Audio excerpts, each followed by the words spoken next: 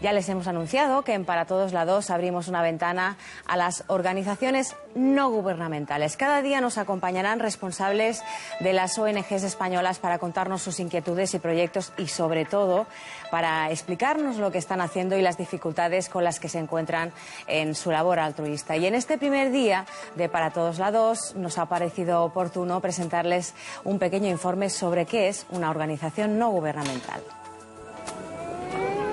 Cuando se produce una catástrofe como los recientes terremotos en Haití o las hambrunas en África, las primeras entidades que suelen llegar en auxilio de los damnificados son las organizaciones no gubernamentales, más conocidas por su acrónimo ONG. Son asociaciones privadas generalmente menos burocratizadas que las instituciones y por lo tanto también más ágiles y generosas que los gobiernos. Solo en España hay más de 3.000 y su campo de acción abarca más allá de las grandes emergencias. También hay organizaciones no gubernamentales que se dedican a fomentar la educación, el medio ambiente y la solidaridad, tanto para con los afectados por algunas enfermedades como con los más desfavorecidos, pero también las hay especializadas en el desarrollo de las áreas más necesitadas, generalmente en el tercer mundo. Cruz Roja, hola, buenos días. Esta voluntad de ayuda define bastante bien lo que son las ONGs, pero estas entidades también presentan otras particularidades muy características. Una de ellas es el voluntariado, una palabra que se ha puesto de moda para referirse al hecho de que muchos de los que trabajan en estas entidades lo hacen de forma altruista, es decir, sin cobrar. En la actualidad hay más de 1 millón de españoles que trabajan desinteresadamente en alguna ONG y 4,5 millones de ciudadanos más aportan una parte de sus recursos para sostenerlas. Sí, yo procuro dentro de mis posibilidades colaborar. Sí, tenemos una niña padrinada en la India. No, nada. ¿Por qué? Porque tal como está la crisis y todo no se puede aportar nada. No. Porque bastante ya tengo yo para alimentar a los míos, para ir alimentando a otros. Yo aporto una cuota anual a Cruz Roja. En principio, las ONG son entidades privadas y por lo tanto intentan autofinanciarse. Además, el Estado también les ayuda. Y los ciudadanos pueden pedir que una parte de sus impuestos sean destinados a este fin, simplemente marcando la casilla del impuesto de la renta relativa a las ayudas a entidades con fines sociales. En total, las ONG que operan en España cuentan con un presupuesto global de unos 2.000 millones de euros anuales. Para que se hagan una idea, el importe que la Lotería Nacional suele dedicar a todos los premios del sorteo de Navidad. Pero no todas las ONGs son económicamente equiparables. Algunas cuentan con presupuestos modestos de unos miles de euros al año, mientras alguna roza los 500 millones al año.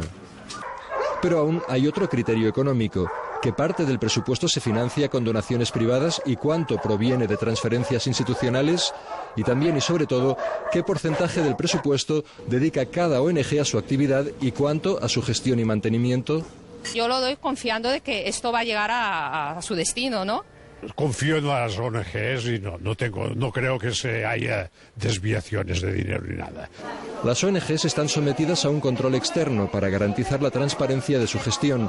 Por eso están sometidas a un código de conducta y además cada año deben realizar una memoria de sus actividades y cuentas económicas. Pues una de las personas de nuestro país que mejor conoce los entresijos de las ONGs es Francesc de Dalmas Estió, periodista, logista y consultor en materia de cooperación al desarrollo y acción humanitaria, a quien damos la bienvenida. Muy buenas tardes y bienvenido a nuestro primer programa y gracias por venir, primero de todo. Muchas gracias y que tengáis un camino muy largo. Gracias. ¿Qué pretenden las ONGs? ¿Deben transformar el mundo? Bueno, lo primero igual sería considerar que, como decías bien en el reportaje, ONG es un acrónimo que hemos convertido en sustantivo, pero que de ninguna manera es un adjetivo. Es decir, lo que nos define una organización no es que nos diga que es una ONG, sino que nos diga si es progresista, si es conservadora, si depende de alguna orden religiosa o no, si tiene alguna vinculación política, cuál es su ideario. Es decir, las ONGs, yo creo que las que deberíamos confiar más en ellas son aquellas que trabajan para transformación social, pero no todas ellas trabajan para transformación social.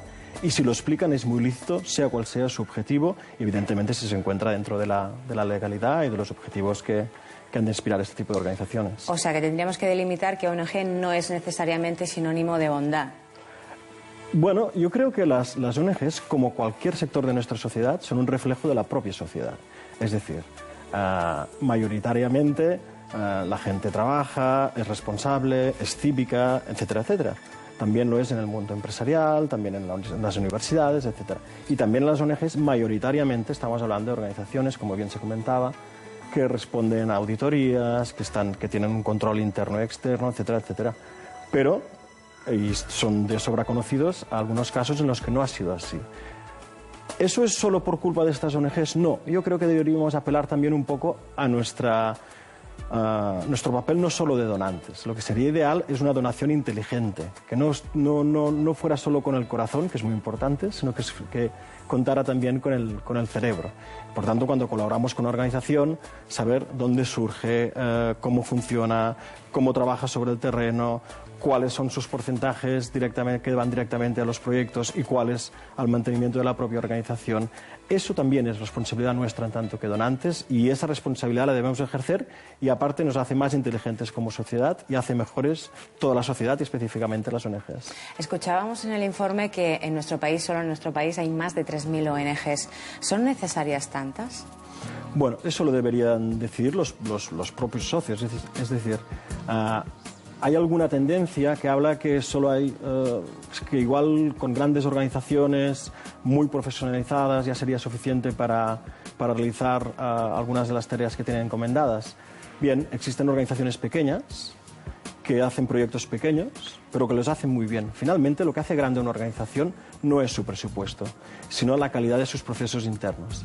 En la medida que una organización pequeña realiza muy bien ese proyecto, aunque sea muy puntual y muy específico, esa organización es necesaria. Sin embargo, hay organizaciones que pueden tener una dimensión muy grande y que en esa medida tan grande se pierde un poco la calidad de los procesos y, por tanto, igual la que sería evitable sería esta otra. Apuntabas la necesidad de controlar estas organizaciones no gubernamentales para que no cualquiera pueda abrir una oficina y pedir dinero a las personas, ¿no? Para que todo el mundo sepa dónde va este dinero. ¿De qué manera se puede autorregular? ¿Sería necesario un código ético en este sentido? Bueno, yo creo que las principales coordinadoras y federaciones que existen en todo el Estado ya cuentan con estos códigos éticos que deben cumplir, y lo que sé que podríamos proponer, volviendo un poco a lo que decíamos antes a nuestra responsabilidad de donantes, es que cuando nosotros deseamos colaborar con una organización, es interesante saber si forma parte de alguna red, de alguna coordinadora, de alguna federación, porque solo el hecho de que forme parte de estas redes ya significa que está obligada a una serie de controles que de alguna manera nos pueden garantizar un poco. Organizaciones que mantienen su voluntad de mantenerse al margen de estas coordinadoras, de estas federaciones, hombre, personalmente yo no confiaría en una organización de este tipo. En tu opinión, ¿qué determinaría la grandeza de una ONG? Bueno, lo que hablábamos un poco hace un momento, la calidad de sus procesos, es decir, que podamos eliminar al máximo la cantidad de intermediarios que haya entre las personas que proyectan una acción específica y finalmente los beneficiarios de esta acción. Cuanto más intermediarios haya, mayor evidentemente será la merma de recursos que acabarán realizándose sobre el terreno. Y después hay otro que se considera poco, y es la capacidad de acción en el norte. Es decir, finalmente, ¿quién puede estar en contra de que facilites comida para una población que la necesita, recursos sanitarios para una población que la ha perdido? ¿Pero qué hacemos aquí? Pues aquí deberíamos hacer es explicar por qué no existe este recurso sanitario, qué causas políticas, históricas, antropológicas para que se hayan producido estos desequilibrios, e intentar desde aquí, desde el norte, intentar reducir estos desequilibrios y sobre todo intentar conectar con nuestra sociedad. Finalmente, un proyecto específico puede tener trascendencia solo sobre una parte pequeña de la población. Si somos capaces de explicar aquí, donde podemos hallar la mayoría de las respuestas de lo que pasa en el sur, que es aquí en el norte, seguramente también evitaremos que se continúen produciendo según qué situaciones en el sur.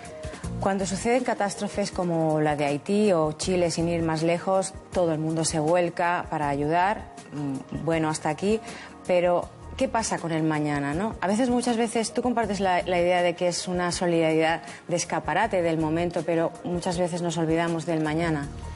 Bueno, es lo que nosotros llamamos un poco la solidaridad de corazón, ¿no? Que es importante. La parte positiva quiere decir que aún no estamos deshumanizados del todo y, por tanto, aún existen una capacidad de reacción ante catástrofes que normalmente tienen muy poco de natural. Pero, sin embargo, esto quiere decir que nos encontramos aún un poco en la adolescencia, ¿no?, de nuestra capacidad de solidaridad y de cooperación, y que deberíamos apelar un poco más, no solo al corazón, sino a la inteligencia, y ser capaces de ser donantes regulares con alguna organización que satisfaga de forma completa nuestras aspiraciones, que nos podamos implicar no solo como donantes, sino también como altavoces de aquello que realiza. Y si esta actividad no es puntual, que evidentemente hay situaciones que requieren de esta solidaridad puntual, pero en general yo creo que una sociedad más madura hace que nuestra relación con las ONGs también sea de forma mucho más regular y mucho más inteligente. ¿Tú serías partidario de un voluntariado puntual o de profesionalizar a los cooperantes? Bueno, como en la mayoría de las situaciones, entre el blanco y el negro está el gris. Yo creo que hay tareas de las organizaciones no gubernamentales que deben ser realizadas por profesionales. Es decir, si una organización se plantea de hacer reconstrucción en alguna parte de nuestro planeta, la calidad debería ser la misma que cuando esta construcción la hacemos aquí. Lo mismo para un hospital, lo mismo para otro tipo de recursos. Y por tanto las ONGs deberían tener en cuenta los mismos niveles de garantías y de calidad en el sur que en el norte. Sin embargo, sí que existe una parte importante de profesionales, de gente que tiene tiempo, que quiere dedicar una parte de su tiempo libre a colaborar y deberían tener su espacio. Pero no todas las organizaciones están preparadas para ello. Y creo que también es interesante que las organizaciones que se ven capacitadas para dar espacio a este voluntariado lo ofrezcan. Y las que no, que tengan la honestidad de decir, nosotros no podemos asumir este voluntariado y hacemos una tarea magnífica en otras, pero no podemos asumir este voluntariado. Y sobre todo, no confundamos nunca voluntariado con precariedad laboral. Es decir, precisamente porque se trata de una organización no gubernamental, mal iríamos si según qué tareas que deberían ser encomendadas a una persona que debería obtener su remuneración, pues la estamos ocupando y estamos utilizando un voluntario para realizarla. Muy bien, pues muchísimas gracias, Francesc de Dalmases, por tus apuntes sobre las ONGs que trabajan en nuestro país.